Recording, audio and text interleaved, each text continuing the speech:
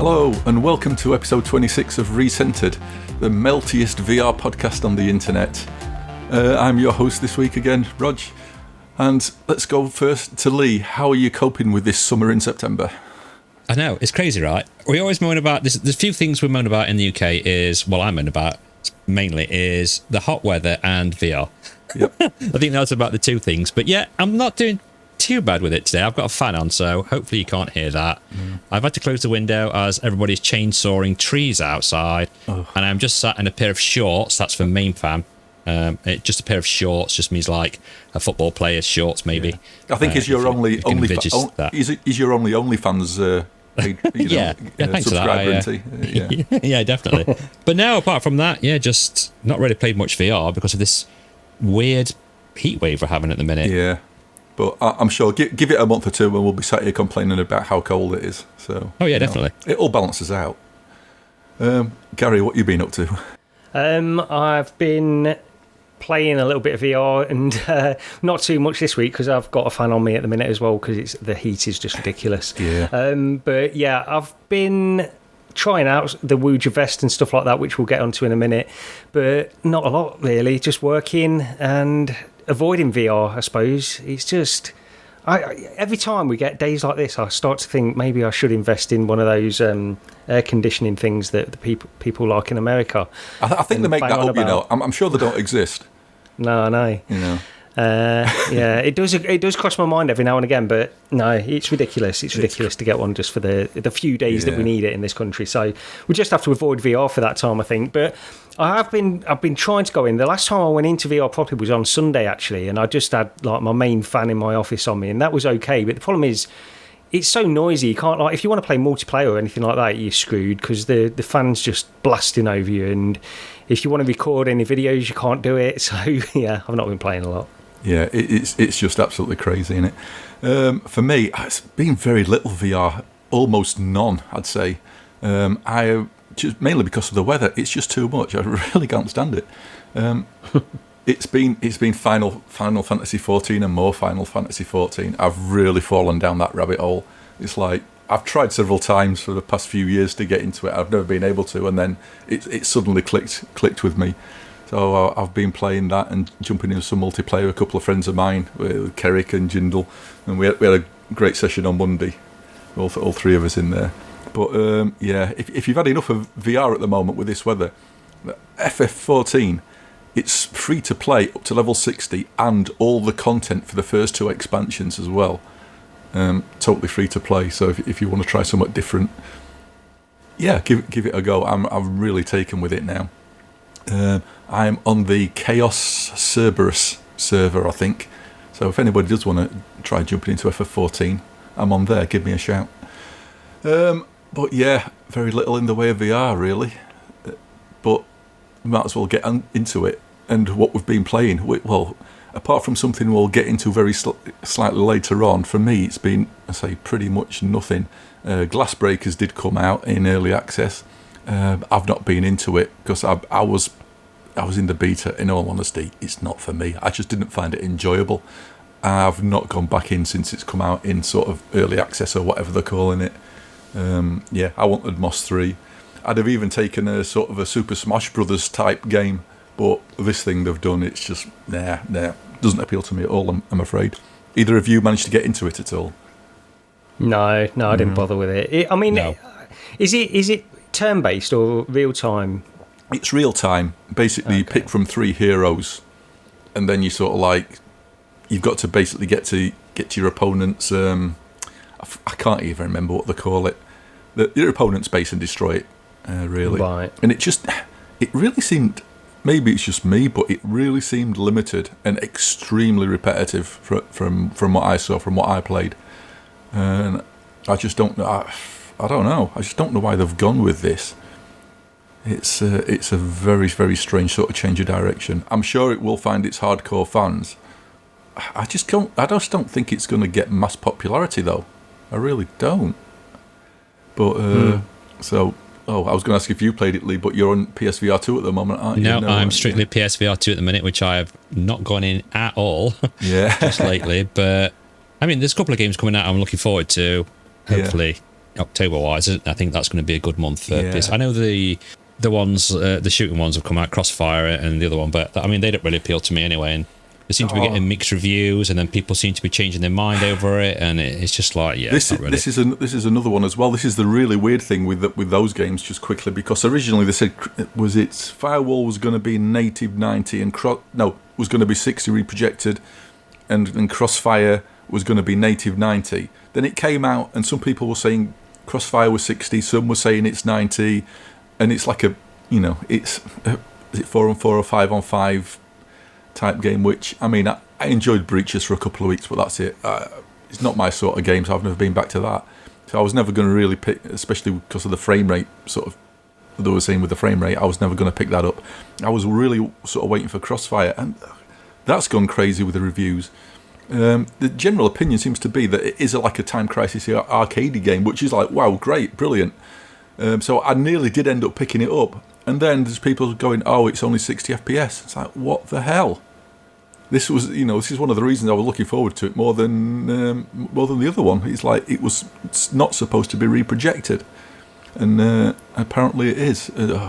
Did you see something, Rog, about that then before? Because I remember you saying, I think you might have said on this show actually that it was 90, confirmed to be 90. This was it. I can't remember whether it was a tweet from them or a blog post or whatever it was, but that was the entire thing, that Crossfire was going to be reprojected, and Crossfire wasn't going to be reprojected, but Firewall was. And then I was seeing information where it was switched around and people were saying the opposite, and even then some people don't seem to be able to agree on it. It's like, it goes to show, I think, that how some people cannot tell whether a game's reprojected or not, which is just mind-blowing to me, because it's like literally within a second you can see it's normally that blatant. So I don't know. It's gone onto my sort of, I still want to look at it, but it'll be in a sale now. I'm just not bothered. If it had been guaranteed 90, I'd have picked it up just to have a look. But the problem is we've got Quest 3 coming soon, and it's like, there's going to be, we'll get into that as well, there's going to be an outlay there, and it's like, so I'm trying to sort of scale back on, on what I sort of spend on games-wise at the minute. That's the problem. So nothing really to talk about with what we've been playing, apart from, Gary, you've had a couple of hardware things to play about with recently. So I got the Woojer Vest 3 sent to me for review, which I've done a couple of videos on my channel so far. I'm going to give it a bit of a break and then do a review on that probably sometime next week, I think, just a short review on it. But it's a haptic vest for anybody that doesn't know anyway, and these have been around. This is the Vest 3, but there have been previous versions. And Lee, you said you've tried the original one as well, didn't you? I've got the OG Woojer Vest, Yeah. So these vests are sort of based on the sound from the game, basically the noise, the sound that you're getting from the game. So they've not got to have any sort of special software like the B-Haptics. B-Haptics have to have like compatibility with games and stuff like that, but then they offer more points of haptic feedback. So the B-Haptics, for example, it'll have 40 points, so 20 points of haptic feedback on the front, 20 on the back from individual motors. And so they're good for games where, like shooters and stuff, so you can see the direction that you've been shot in. And because of that, they do need special integration with games. The Woojer Vest doesn't operate in that way. It doesn't operate to that sort of resolution of feedback. It's got 6 transducers, 2 in the front, 2 in the back and 2 in the sides, which are obviously more heavy duty than the individual smaller motors in the B-Haptics, and they offer a bigger vibration, but they operate based only on the sound of the game. So if you're playing certain games like Racers or Microsoft Flight Simulator, where you've got the noise or the noise from the road or the noise from the engines and stuff like that, they can actually work in a pretty good way for that. But they operate in a different way. They're not really trying to do the same thing as the B-Haptics, although they're both classed as haptic vests. So it depends on the type of game that you're playing, really. And in my opinion, like the Woojer is probably better suited to something like Racers or... I mean, I've been using it for Elite Dangerous, and it's pretty good in that as well. It's got some, it feels pretty good, but it's not got that same resolution or that same use case as the B-Haptics. And just incidentally, actually, on the B-Haptics, I think I've been looking into this one as well, and it seems that you can use that in like sound mode, so it just replaces all the software integration with just basically vibrating in time with the game that you're playing in a similar way to the Woojer.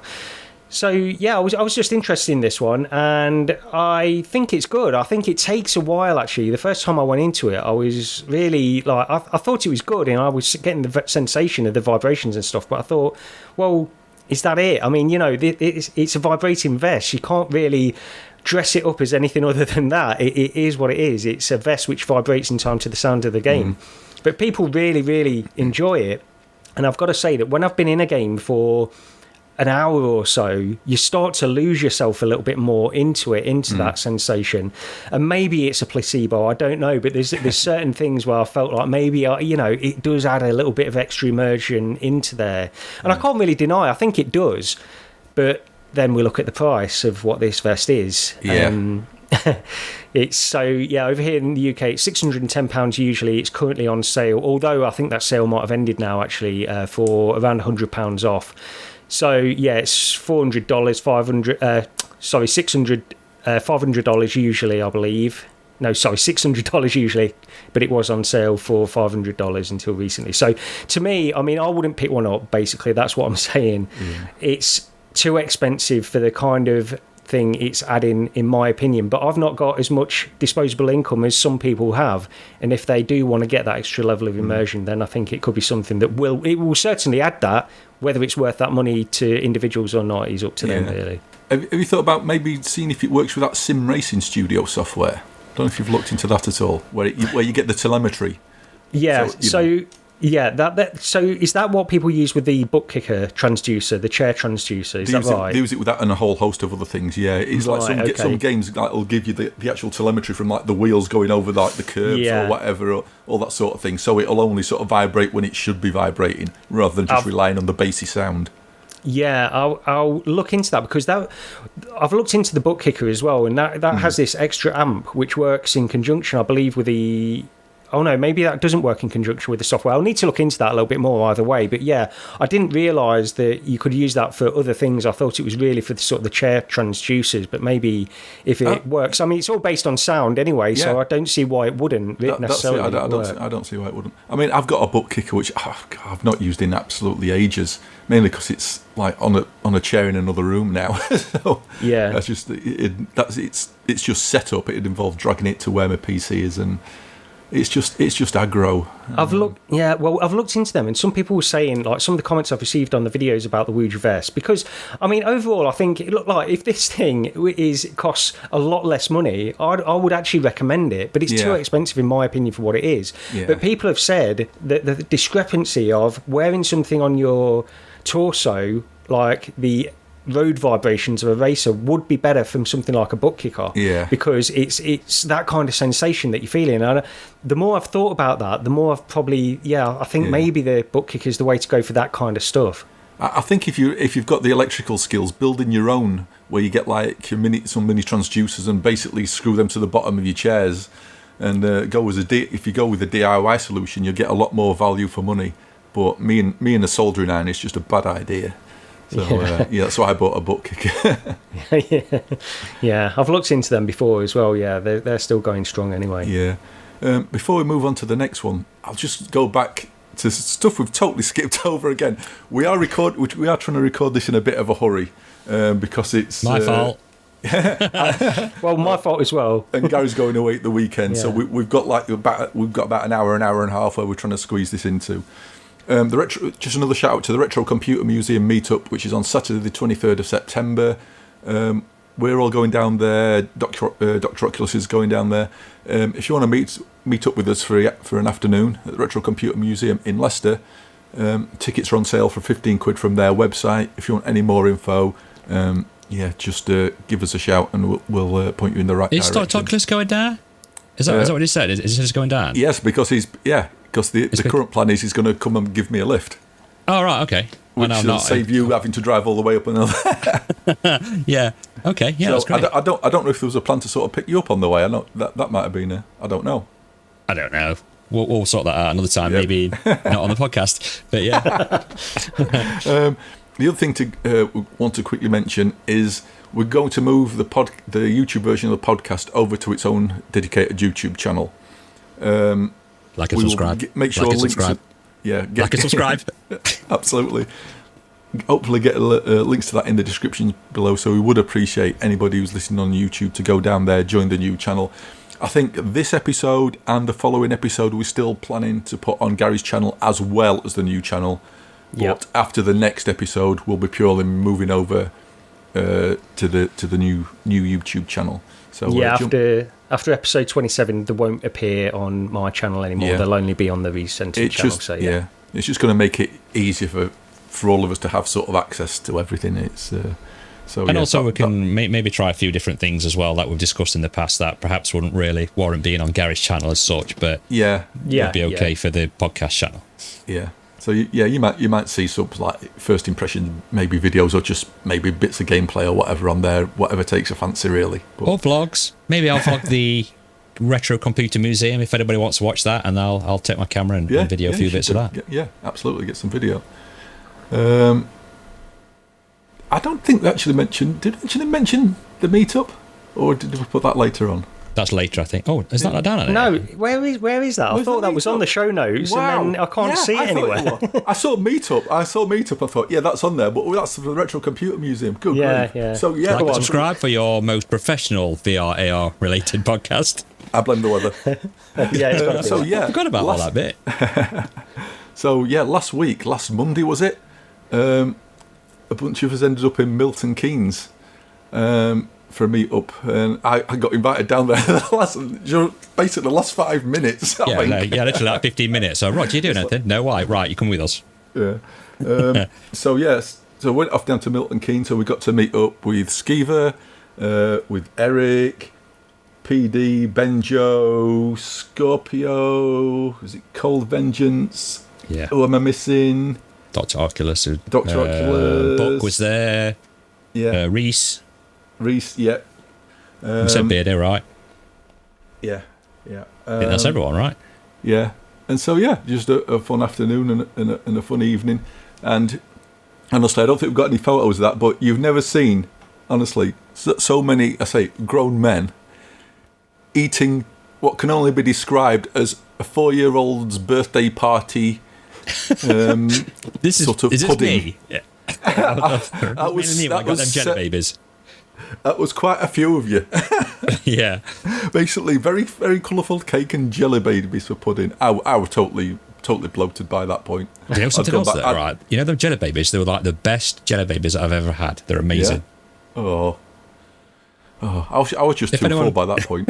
If anyone could give any other jelly baby related advice, please let us know in the comments. Yeah. And you know that so I couldn't make this, even though it was a bank holiday on a Monday, and Skeever invited me down, and I thought for some he said it was going to be in London this meet, and I assumed for some reason it was going to be that night, and I thought we're going to be I'm working the next day, and then also. What happened is, 12 years ago, on that day, I happened to get married, annoyingly. So it was my anniversary on that day as well, and we'd had a full day planned. So, I couldn't do it. And, there wasn't a moment of that day that went by that I wish I couldn't go back in time and change the date of the wedding. But that didn't happen. So what you're saying is it's all the fault of your missus then? Basically, yeah, she won't listen to this anyway, so I can say what we like, yeah. Just a quick note, though. I didn't realise how tall everybody was. I mean, barring PD, which, I think I've heard Skeev, smallest person there. Skeever's like, I don't know, 6 foot 8 Skeever and Eric, I've heard that they're really tall. Rog, you're tall as well. Skeever really I think Skeever pips me by about maybe half an inch or an inch. Yeah. But that's really weird because honestly, meeting people who are on the same height as me, it proper freaks me out. It's just I'm not used to it. It's really strange.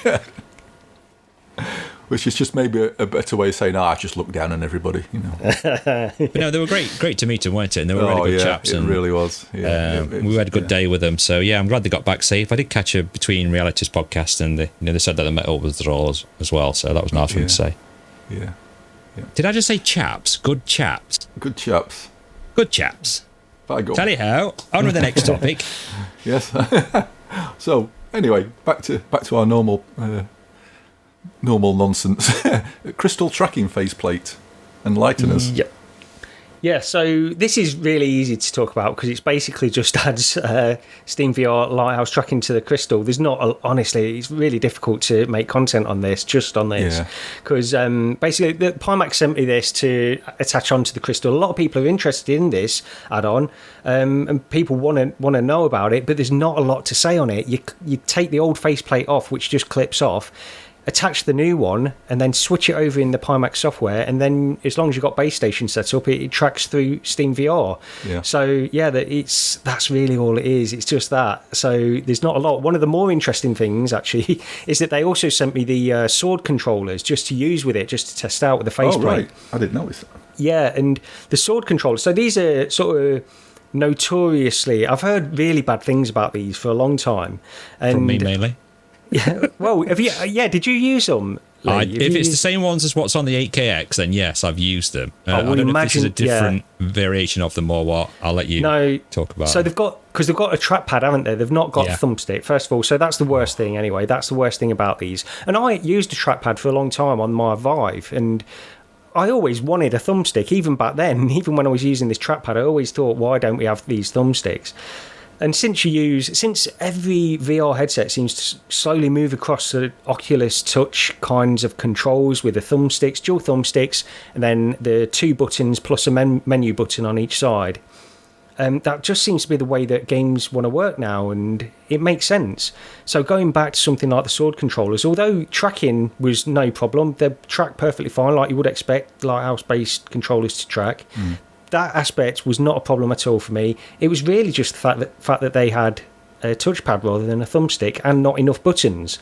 Or they sort of adapt the menu button sometimes to work like the second button on a touch controller. So yeah, I can't really say anything bad. They do perfectly well what they're trying to do, but they're just not trying to do enough. I think that's the problem. So, but yeah, that was it. But yeah, the Steam VR faceplate for Crystal, anyone interested, works fine. I was working on a previous firmware, an older firmware originally, and I thought there was a little bit of twitching with the image when I was perfectly still. I don't seem to have that anymore, and I've used it a little bit. I've not used it too much really, but I'll test it a little bit more. But it seems like that could be anything anyway. It could be something in my room or anything like that. But for the most part, I'm pretty sure this is just like your standard Lighthouse-based tracked headset. We all know what that means, so that's what it is. So it does what it says on the box. Yeah. How are your thumbs? You know, because reaching the buttons, I don't know where they are on those ones you've got, but the ones that I tried, the buttons were quite far down, so I had to really pull my thumbs back to get to them. And I only played like half an hour of Half-Life Alyx maybe. I think it's on one of PD's videos, and first thing I say is, who's okayed these controllers? And then for like 4 days after, I couldn't play VR because my thumbs really hurt, no matter where I moved them. Because they've my thumbs on them. They've taken the worst aspects of the index controllers and ignored everything else that the index controllers does right. So that, on the index controllers, they have the same thing where the menu button, you have to get your thumb in a really odd position to hit that menu button, presumably so you don't do it accidentally or something. But I don't know. With these, it's exactly the same. Yeah, I don't know why. Maybe it's placement where you've got your hands in them and that. I mean, my hands aren't the biggest anyway, but yeah, I struggled with them. I'm surprised that they're still doing them, if I'm totally honest, but yeah. I mean, somebody must want them, I suppose. Maybe. So this came. I was sort of surprised by the next bit of news, which was the Lynx R1 has apparently started shipping to Kickstarter backers. So you must be getting excited now again. Are you on the up part of the curve, ready to go down the other side? Yeah, we'll see. I heard this, and it was a bit of a shock. because I remember on the last episode we were talking about this, and we were saying, will it arrive before the Retro Computer Museum meetup? So I couldn't bring it. It was like, no way.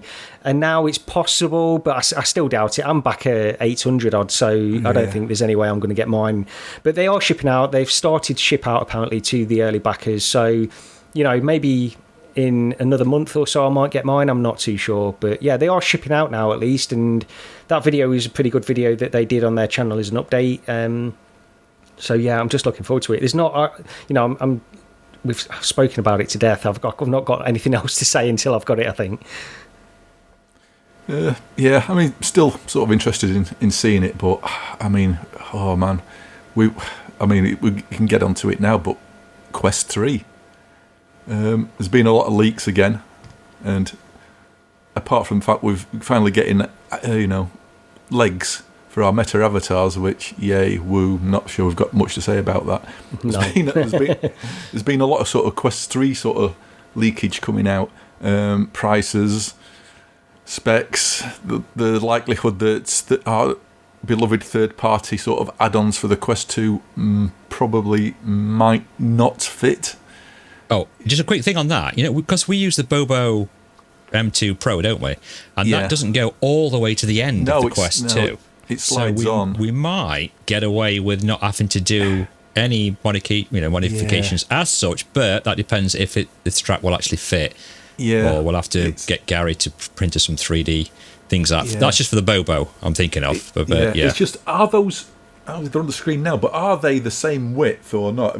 Yeah, that's what I mean. It looks slightly thicker, don't it? Yeah. It's also the length as well of those that connecting point as well, because that has got to line up perfectly. If you've got the Elite strap, but with the Bobo, you'd probably be okay. But the width, you can probably get an adapter for the thing on there, 3D printed adapter, to just bring it in a little bit. You would think.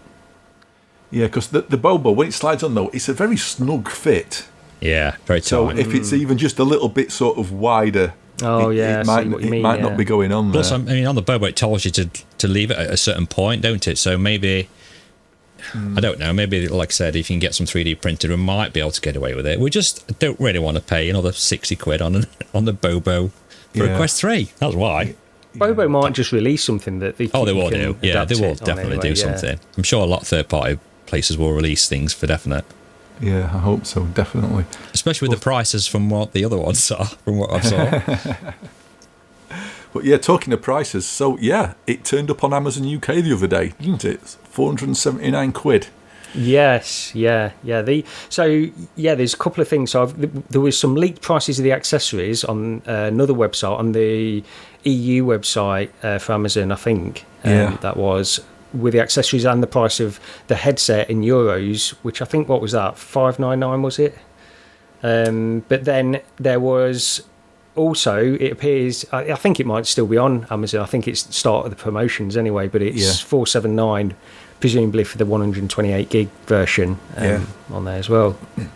But it does seem to be like and I was totally hoping for this, but it does seem things do seem to suggest that we're going to get a 512 gig model as the sort of the higher end one. Yeah, it's 700 though. I mean, what will that be in UK? What, 670 maybe, 675? Yeah, it's like how much how much if it is a 512 gig model, how much more is it going to cost? Because I'm sort of thinking. I was about to say I'd be happy at 599, but do you think it's going to be even more? Maybe it'll go to from 479 to something like maybe 679. No, I don't think it will. It will. No, I don't. I think I understand the arguments for that because. Previously, you mentioned it in our chat, Rog, actually, this is a good point to bring up, that they were saying, or Carmack hinted at in the past, where they were sort of breaking even on the higher model, presumably losing money on the lower model on the Quest 2. Yeah. So they might be losing money on the 479 price, hoping to get it back and charging a lot more. I think 200 is just too much. I think 599 makes sense. Yeah. But because people know at this point how much the memory is actually costing, and I understand the arguments that they've got to make profit somewhere and all of these kinds of things, but the outside look of having £200 more for that amount of memory just doesn't. I can't see them getting away with that, and I don't think it's not a good look for them. But then you look at the price of some of the other accessories like the facial interface and stuff. Oh, good grief! It's like the accessories are just totally overpriced, and it's like I'm not. I mean, that case, it's like what they're charging for, like €80, is it? Yeah. I mean, I've got a C2. I should have actually sent you a picture, Gary. I never thought. If I remember, I'll try and send it. I've got it's a Bobo C2 case with like everyone's signatures on it from Nacy and Mike and all that. So, I mean, that's got to be worth more than that anyway, right? It's got my signature on it. It's worth a fortune. Has it got your signature on, Rog? It has. Did you sign it?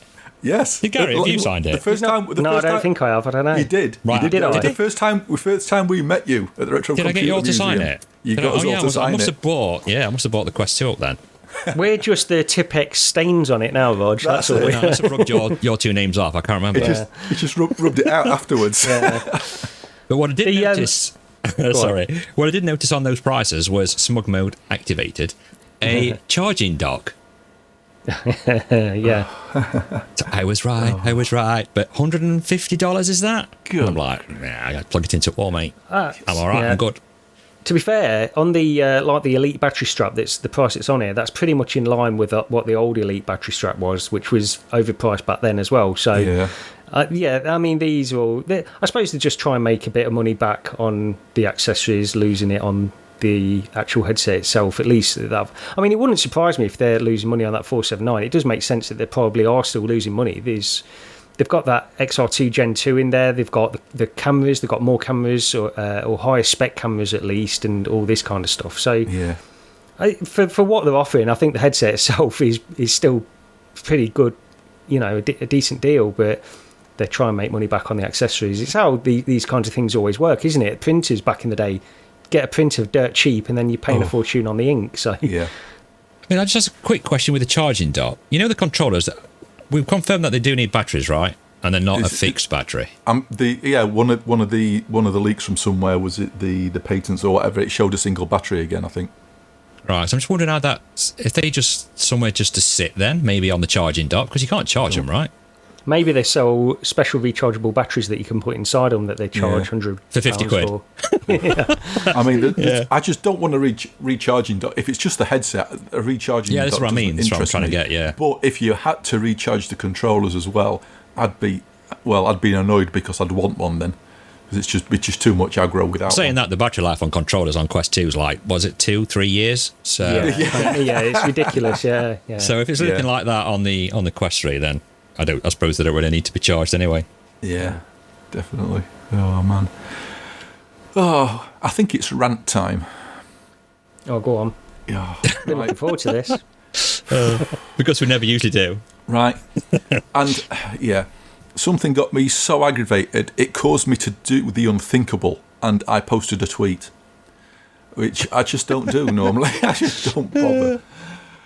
Right, turning options. Yeah, I mean, I totally agreed with your tweet and retweeted it. This is how bad things have got, folks. It's really bad. Right, smooth turning, like an absolutely sort of essential thing to have in a game nowadays. We got far too many games coming out with just snap turning, and the developers are getting roasted. So nowadays, smooth turning, it's there as an option, whichever you want.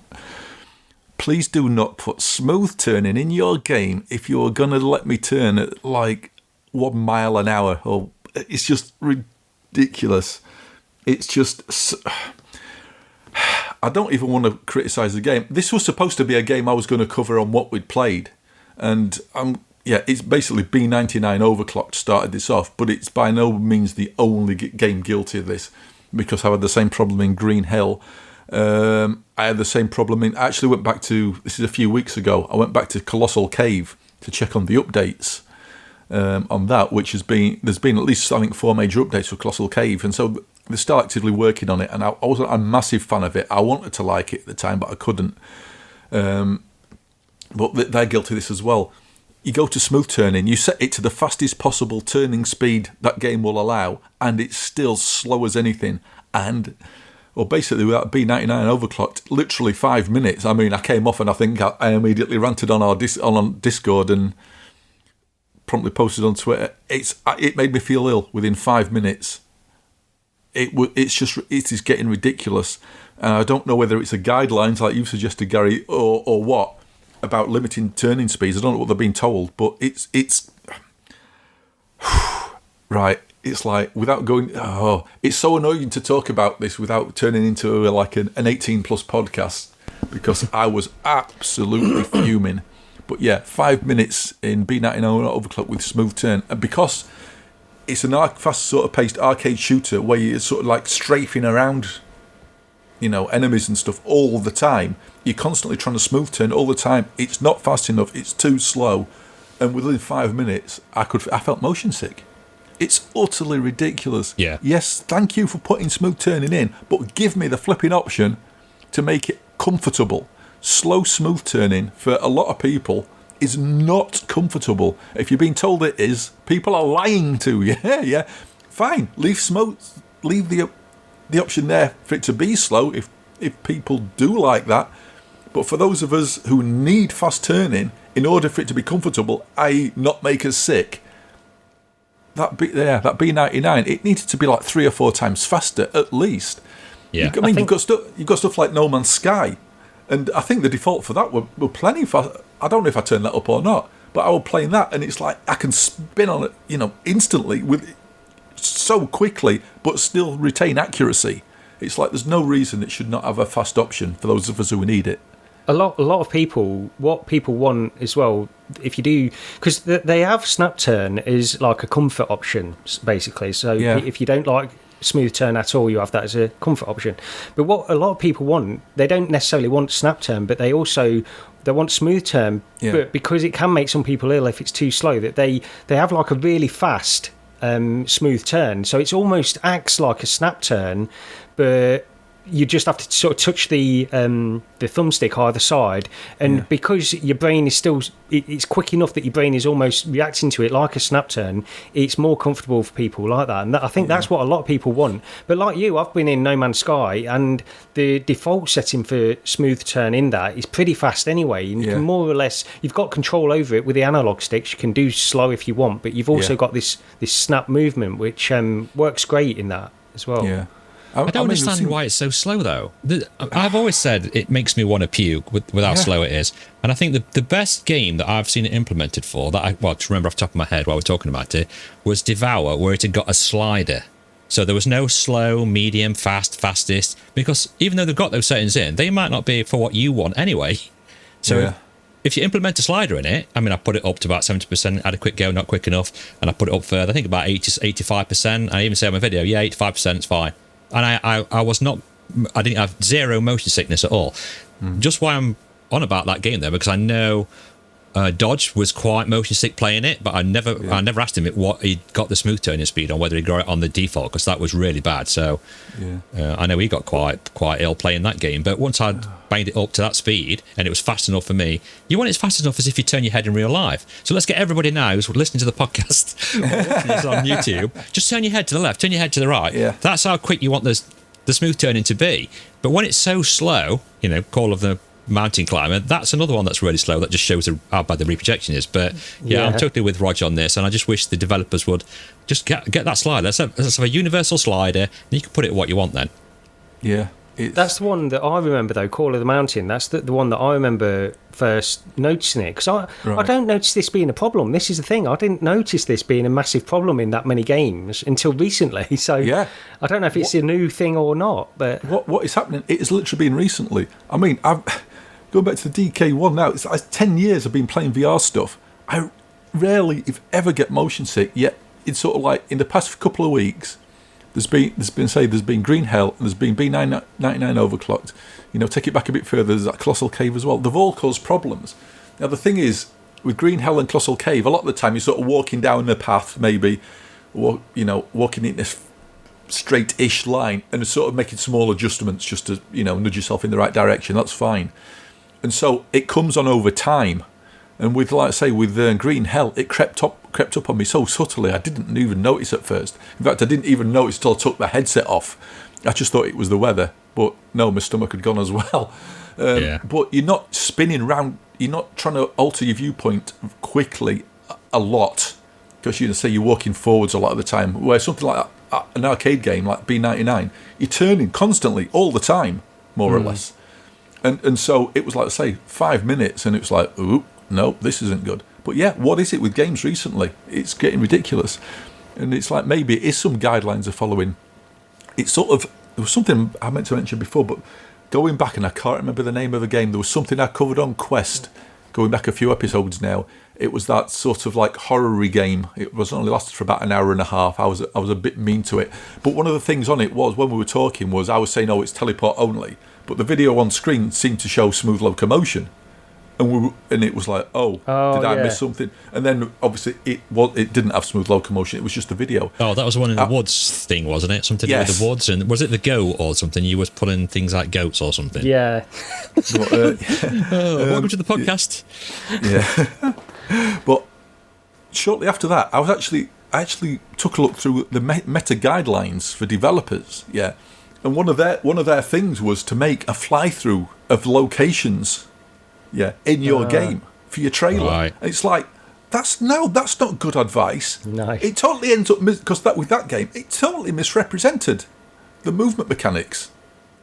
Yeah. Which was teleport only, and from the trailer it looked like it had smooth locomotion, and it did. Yeah, really did. So and there was I can't remember what else there was, but there were a few things in there. I'm thinking, meta. These ideas aren't good.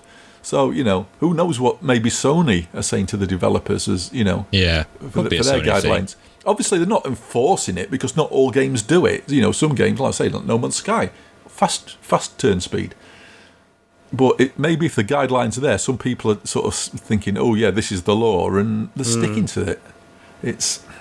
I mean, we're talking mainly, just about the experience we've just had in PSVR 2, aren't we, as well? I mean, we do get this with PC VR as well. But yeah, we know, obviously, that before people start putting in the comments that if we've got a Quest 2, we can just stand and turn normally, that's not a problem. But for those that do want to use smooth turning, and I never used to be big into smooth turning, I must admit, probably because I was playing VR on the 960, so when I did used to use smooth turning, it was like I did used to get really motion sick. So I think I stayed away from it for quite a long time. But now, as long as it's got a nice fast speed, I'm perfectly fine using smooth turning. I think I used it on Hubris. I can't remember what I set that up to, but like I said, I played Hubris on Quest 2 with zero motion sickness. Well, but you could tell straight away, like Raj, as soon as you start turning that stick and you can feel it, it's like a wave comes over you, like a nauseous. You get a bit sweaty, your stomach starts to go, and stop playing straight away. If you get like that, just stop.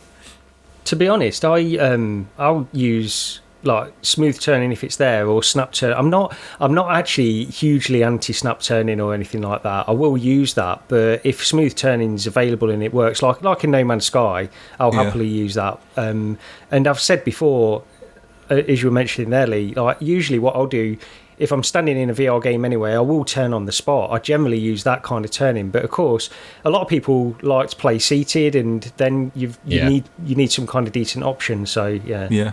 I mean, for some people, it's like if you've not got much use of your legs or whatever, then these options are really important. Yeah, massively. I mean, for me, I never used to be anti-snap turn. Going back a few years, it didn't bother me at all. I could take it or leave it. It really didn't bother me. But over the past few years, I think my brain sort of got a lot more used. I think maybe with the Quest and maybe being able to more naturally turn, I prefer smooth turning. And yes, if you're using a Quest, then you can stand there if you want to and just rotate on the spot. Fine. It's not something I still not managed to train myself to do when using the Quest. In all honesty, I'm so ingrained in using the stick to turn. It's a bit daft. And usually you'll just go to what's best for the game that you're using. I use snap turning for walkabout mini golf just because it's quicker to flick around super quick to get to where I'm going to get that hole in one. So, and I think I still use teleportation on that as well. It's just quicker to get about. I do. Yeah, I still use teleport. So, I'm not saying to use it for every single game, but the option's got to be there to be quicker. Definitely. Yeah, the option implemented correctly as well. Slider, devs, if you're listening. You can have that on for free. So anyway, yes, that's just been a major annoyance recently. Upcoming games. There's been a few. It seems to be sort of lacking on the new releases, but we've had quite a few announcements recently. And if anybody's ever played Affected the Manor or just Affected back on the sort of the older version was it on the DK2, maybe the CV1 where it had the 3 different sections. Anyway, we've got Affected the Asylum coming up sometime this year. We've not got a release date yet. So obviously a sequel to Affected the Manor, which was basically a haunted house experience. I think they did put some sort of strange little time trial mode into it later on. I think I've played this on my channel. In fact, I'm sure I have. I think I did it as a video 1 year, but they never released it because the video was so bad. I think it was when I first started doing YouTube. Not that they've got any better, by the way, but Yeah, and then I put it out. You can even hear my daughter laughing because I got her holding the camera and stuff, trying to video me when I was squealing. Yeah, I thought that was quite a cool experience, actually. Quite a lot of jump scares on it. Yeah, it's one of those, if you want to put somebody into a scary experience, it's well done. But yeah, so we've got Affected the Asylum coming out with up to 4-player co-op. So obviously it seems to be, it might be a bit more of a game this time than the original was. But if you go back to the sort of like the DK days though, when this first came out, it was actually in 3 parts. You had an elevator where you could select one of the 3 different floors, and you had the manor, you had the asylum, and you had the fairground one. So the ideas for this go back ages, and then when they actually released a paying version, it was only the manor that was in it, and now we're getting the asylum. But hopefully, let's say 4-player co-op, so it might actually be more of a game this time. I rather than just really an like the idea of having co-op for horror games. Yeah, I think that to play through an actual storyline, I think like Propagation, Paradise Hotel, that would have been quite cool to play co-op as well. Yeah. So having that as an option does appeal to me more. I think it's because I get that scared, and having other players there, maybe who get killed off before me, is kind of advantageous for my end.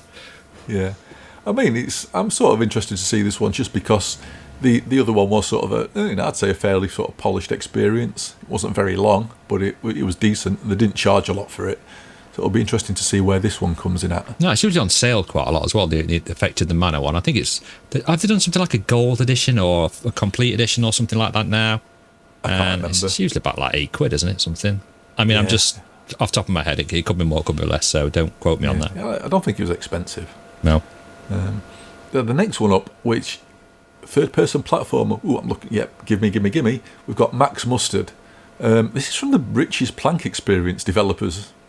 Yeah, this is a bit of a surprise, and definitely has a lot of Lucky's Tale, definitely, sort of mixed with Astrobot. Astrobot, yeah, definitely got Astrobot in this. So yeah, which really, yeah, I want this. The only thing I'm not a massive fan on is the character design for your character, which I sort of thought this looks sort of like something that had been done as the artwork for an old 8-bit game or something. Somebody imagine what the artwork for some of that stuff back then was on the cassette. Yes, yeah. So yeah, character design, not a fan, but actual game, yeah, we need more of this. There's not enough, especially since there's no proper Astrobot sequel. This is sort of really mega Astrobot in my opinion, because they're using that thing where you've got this presence in there as well. You've got the gun that you're shooting in this little trailer. You're shooting at the target to open the door. You add all of that kind of stuff, that variation, and it wouldn't surprise me if in this game that gun changes to different things as you're working your way through the game. Like you can shoot platforms and stuff like that for your character to jump on. It all makes sense anyway, but either way, I don't care where it gets its inspiration from. If it's given us that kind of experience, it looks pretty good anyway. Yeah, gameplay does look like it's going to be Astrobot-y, but the visuals definitely look Lucky's Tale. Oh yeah. But yeah, looking forward to that. Looks like it's the same with the aspects as well. When it looks like the camera aspects are changing, that whereabouts you're moving in the game, which is very Lucky's Tale. There seems to be a lot of like fly through the level cam. Yeah. Oh, is this what it is? Oh, maybe not. They've been reading the meta guidelines there, I think. What platforms is that coming out on? Anybody? I don't think you put that down. I think it's Quest, isn't it? And is it just Quest or PCVR as well? I didn't catch the end of the trailer when we were watching then. Whoops, well, usual. So we're basically doing our research live. Yeah. But not a clue. But anyway, just Google it, everyone. It's easy enough, isn't it? Coming to a VR platform near you. Yeah, if you find what it is. If you find out what it is, let us know in comments. We can't be bothered. For PSVR 2 peeps, we've got Crisis Brigade 2 Reloaded coming out on September the 14th, so not long now, about a week away. And I really enjoyed this on Quest. I played this with a friend and multiplayer co-op, and it's basically Time Crisis. That's all there's to say. It's not easy in places. It is a fairly sort of tough little shooter, but yeah, if you like your Time Crisis arcade games, yeah, you've got something to look forward to there. I thought it was a good one. I think that, along with Dead Second, was two of my sort of like favourite little Quest shooters. Next up, PSVR 2 again, Paper Beast Enhanced Edition. launching on PSVR 2 on September the 27th. I think the thing came round to do we want keys sort of thing, didn't we? And it's like, no. Oh, did I mention this in the Discord, right? And I said, I saw this on Twitter and it looks quite cool. And then you were like, I was really disappointed with this. This is another one by, it was Eric Chahi. He did like Another World and Heart of Darkness back in the day. Two of my favourite sort of games from back then. I love those. This is like, he also did another game, From Dust, several years ago now. Well, quite a few years ago, which had landscape sort of deformation stuff in that, and sort of like the DNA from that sort of carried over into Paper Beast. And this has got its fans. I was reading through some comments, on the trailer for it and everything, and there's a lot of people out there who like this game. I found it really dull. It was I did. you went from area to area, just figuring out what you needed to do, whether it was shove these creatures in the right direction or cause some sand to disappear from here to there or whatever. And there was nothing engaging about it. I loved the art style. I really liked how it looked. Did you finish this? Finish it? No. No, I don't know. I think it was only about 3 hours long, wasn't it? Something like that. Is that all? I didn't finish it either. And it felt longer. It literally felt longer than that. Probably because of how bored I was. It's just a bit confusing as well. It's like you half of it you're working out what you're supposed to be doing in the first place, and then you can work out how you get that thing done. Yeah. Because I don't know, I always remember this one puzzle where you have to move this worm around to eat some sand, then put the sand in a slightly different place or something like that. Right. And it was basically just removing sand from different areas so you could progress through from memory. And it's been a long time. I played this through when it first came out on the original PSVR, so it's been a long time since I last played this. Yeah. And it was just it felt to me a little bit janky doing that kind of stuff. But I don't know. Like I say, a lot of people really liked it, and being in there, like the atmosphere and stuff, I think that's where it excelled. And the environment and stuff, it looked good, and the atmosphere was really good. Yeah. Can't remember the music. Maybe the music was good as well, but the actual gameplay, I mean, there wasn't really a lot there gameplay wise. No, it just wasn't engaging. It's such a shame. I'm going to say it definitely reminds me of From Dust, where you were like manipulating the sand and the landscape and everything to sort of achieve your objectives, and it just. Nah, I'm not fussed with it. I think there is going to be a small upgrade fee if you want to go from the original PSVR version to the PSVR 2 version. So I don't think you have to sort of like splash out again if you want into, if you want the PSVR 2 version of it. But yeah, not for me, unfortunately. It's a bit of a shame. I have heard that there are some PSVR original titles coming to PSVR 2. I can't say what they are because I don't know. But maybe if somebody picks you up for the for the Retro Computer Museum, you may be able to ask them, Rog. Oh, I'll keep that in mind. Yeah. So, Border Bots VR by Team 17. So we sort of say like one of the local studios here. September the 28th for PSVR 2 again. This seems to be sort of like Papers, Please, but sort of with cartoony. Sort of humorous bots. I don't know. It's another one of those I sort of look at it and I thought, yeah, great, next. It doesn't appeal to me. I kind of got interested in this. I don't know if it's because the trailer looked kind of cool. I'd quite like to be like a border guard for some sort of robots coming in and kicking them out and that. But yeah, the trailer looked pretty decent from what I saw. I don't know if it was footage from the PSVR 2 or what it was footage from, but yeah, I just saw it pop up on Twitter. I think it was the only thing I saw about it. I've not seen anything since, but yeah. It's been on upload a few times over the past month or so. Yeah, right. They've. I don't know if this is like being like a promoted game or something that they pay like for advertising on upload. Sometimes they'll do that on upload. They'll have like these promoted articles on upcoming games. And this one, for some reason, it appeared about a month ago on an article, and then I think it's appeared this week because it's got this date now. I think that's why it's made the news again, just because it's got a release date. But before it was announced, they had an article, and it's been on a few times. So I don't know what it is about this game that it keeps getting everywhere because. I don't know, the trailer looks okay, but it don't look like anything special, to be honest, for the amount it's getting out there. But anyway. It does seem a bit weird. But like we said before, though, Team 17, where's Alien Breed? Where's Project X? Where's Super Frog? It's like, yeah, give us those, please. Thank you. Amiga forever. Yeah, Vampire the Masquerade Justice. This has been getting a bit of coverage recently. It looks like some people have had access to it, or at least access to a demo or something.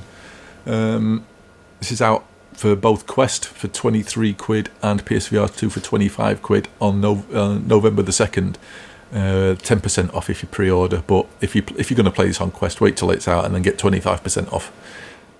Yeah. Sorry, Rog. Did you say it's PSVR 2 and Quest? Is it on PC? Did you say, or is that not that I've got listed down? No. Okay. There. Seems to be a bit of an omission there. I don't know. It does, because that's where I'd like to play it, to be honest, because I've not got a PSVR 2 at the minute, and this is one that I'm probably most interested in out of the ones that are coming out. So yeah. I've absolutely no idea. No, let me have a look. It just said PSVR 2, Quest 2, and Quest 1, I think. If I've read that right. I mean, I can't quite see on the video, but right at the end of the trailer, I don't think there's any mention of PCVR. It doesn't seem to list it on Steam. I can't see it on Steam. No, it doesn't. Dead. It's dead. Yeah. PSVR's dead. Yeah. It is. Yeah, it doesn't seem to be, unfortunately. If you know any better, then let us know in comments. Said all the blood sucked out of it. Oh, classic. Like PCVR. That's what I'm on about. Oh, right. Did you just happen to do that when the exact same part of the game where someone was getting all the blood sucked out of them? Oh. I wasn't watching. So, anyway, World Rally Championship is this? Yep, that's right, Coming to PC VR after launch. So, not entirely sure when the VR version will be out. The flat version is out on November the 3rd. So, hopefully, we won't have to wait too long. But, new rally game with VR support. I'd like to have a look. It's by Dirt Rally, the makers of Dirt Rally as well, isn't it, this one? I think that's what it is. I don't know much about it, in all honesty. No, but I think... Wouldn't surprise me, though. Yeah, Dirt Rally is one of the favourites in VR, so... Yeah. It would be nice to get like an updated graphically version of that. And this looks to be it, so, it's one to look out for if you're a racing fan, anyway. Yeah, I'm sure there'll be a lot of people diving into this one. Yeah. So something what sort of turned up the other day, or a trailer for it, is something called Bootstrap Island, coming to Steam Early Access in Q1 of 2024. Apparently, I'd missed that bit. Looks like some sort of, I don't know if it's a survival game with a story or just a sandboxy thing. It looks like there might be a bit of a story to it there. It looks very similar to that other one we played. Is that what you were about to say, Rog? I was just about to say this. This looks very similar to that other game we covered a while Beyond the Coral Sea or something. That's it, yeah.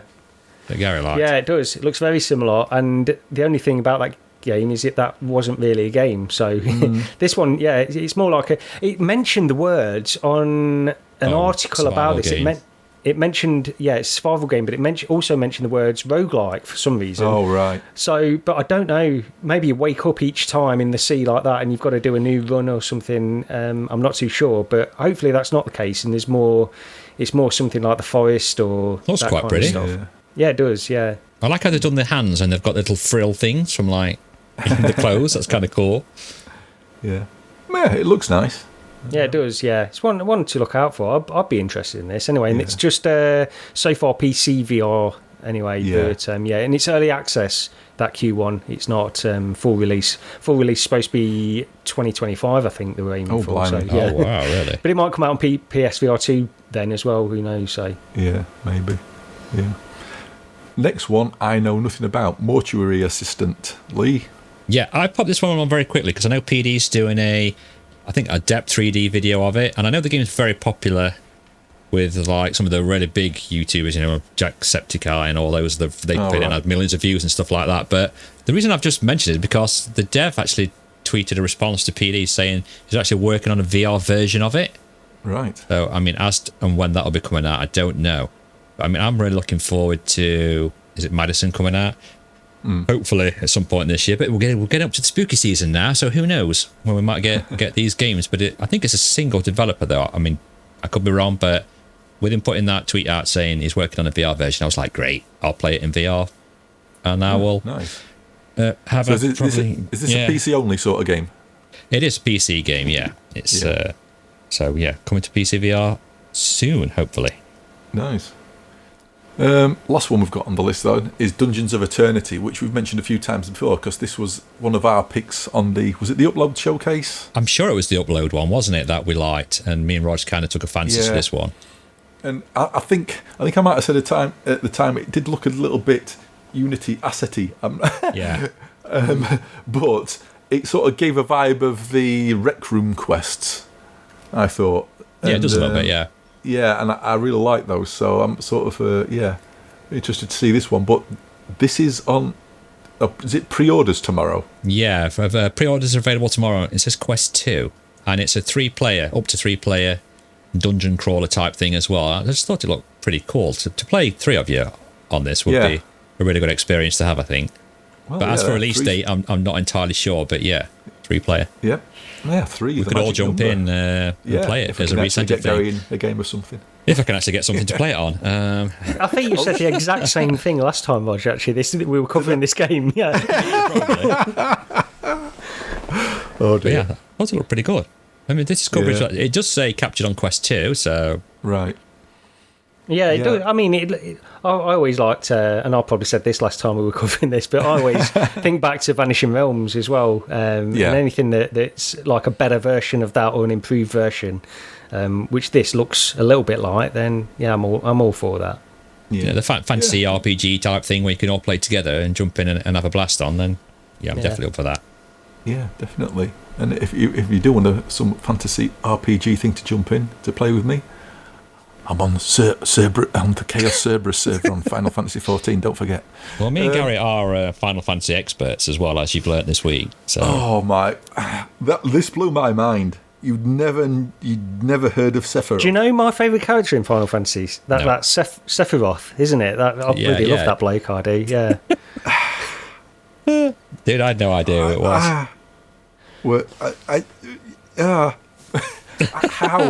How? No idea.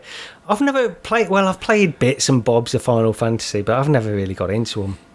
Never. Yeah, I'm same. I can't remember which one I played, but I'm sure it was on PlayStation. I think I mentioned this before, right? Yeah, I played a bit of 7. I played a bit of 7 back then, but everyone was banging on about it. Final Fantasy Remake, it's on your subscription for PlayStation. I know, I've started it. I've started that as well. At least that's not turn-based, is it? That one's real-time. This is what I said to you, though, Rog, isn't it? I don't like the pausing and picking what you want to do and stuff. But you said that one's full action. Remake. It isn't. Just play it on the. Yeah, don't play it on the classic. When it asks you what mode you want to play it on, don't play it on classic. Play it on the new standard mode. And it's all sort of Devil May Cry. I started it because I got it free on PlayStation Plus anyway, which is going up, by the way. Yeah, I know. But anyway, make enough money. Yeah. But yeah, I started it. It's just I don't know. I never persevered with it. So it seemed all right for a game where you've got a ridiculously oversized sword. But yeah, apart from that. And unless anybody's got anything else they want to have a good old moan about, I think that's everything we've got on the list.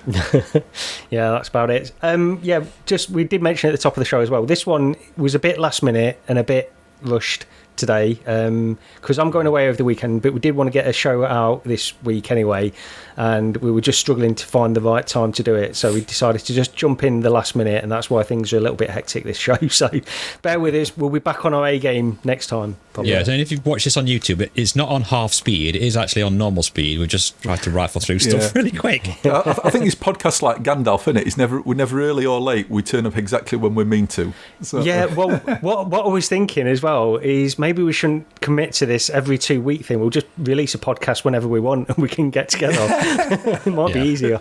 It'd be more accurate. Yeah. Roll the dice and see what happens, I think. So, yes, anyway, just mention once again, Retro Computer Museum meetup in Leicester, Saturday the 23rd of September. Tickets from the website, the £15. If you want more info, just send us a message and we'll point you in the right direction. It's a good afternoon. It's fun. Playing some old VR hardware and everything. YouTube version of the podcast moving over to its own dedicated channel, so please, it'd be very much appreciated if you go over there and give us a subscribe over there. The next episode will still be on Gary's, but then after that it's onto the new channel. But as always, thanks very much for listening, and cheers everyone. See you next time. Take care.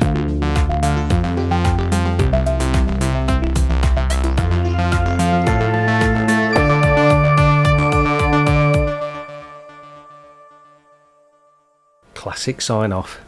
Yay! In one as well. Well done, Gary.